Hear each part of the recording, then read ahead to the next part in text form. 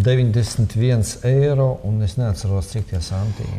91,52 cenas ir paceltas līdzinējo 84,93 eiro vietā, bet tas ir saistīts tātad attiecīgi arī NMPD mēģina mierināt cilvēkus, ja, kad 16. jūlijā ministru kabinets sēdē apstiprināja šo te maksas pakalpojumu cenrādi, bet tātad katru gadu tas tiek aktualizēts, nu, droši vien paceltas cenas, ja.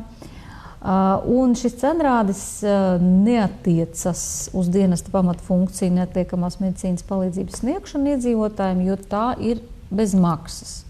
Tas ir saistīts vairāk ar pasākumu apkalpošanu, kad, piemēram, ir kādi lieli svētki, lieli pasākumi, un tad tur attiecīgi ir jābūt dežūrē.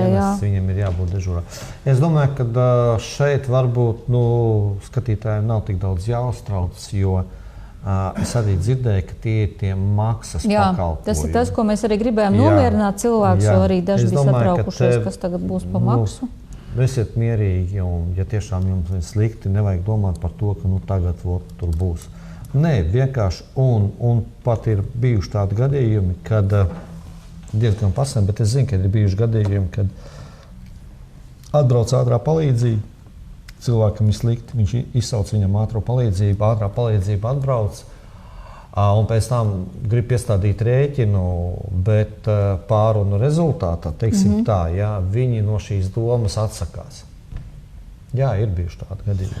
Un te ir atzīmēts, ka no 900 izsaukumiem, ko ikdiennakti veids dienas, tātad diennaktī 900 izsaukumi, tas nav maz. Mazāk nekā 8 gadījumos tomēr tiek izrakstīts rēķins. Tā kā mierinājums tāds, ka mazāk nekā 8 gadījumos tomēr kaut kas tiek izrakstīts, jā.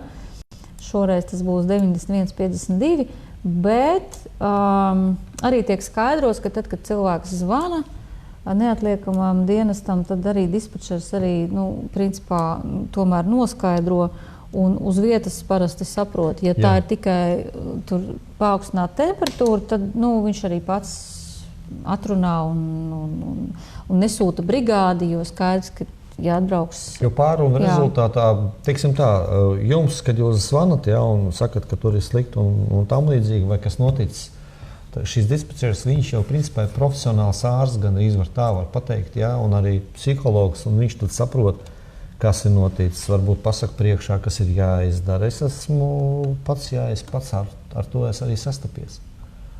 Principā tur, es varētu pateikt pat tā, ka tu zvani, tur principā ir atsaucīgi cilvēki un saprotoši cilvēki. Jā, un tad šis gadījums varētu būt tikai tad, ja varbūt, ja tiešām, varbūt arī ļaunprātīgi kādreiz varbūt, tad nepamatots izsaukums vai tiešām kaut kas tāds, kur cilvēks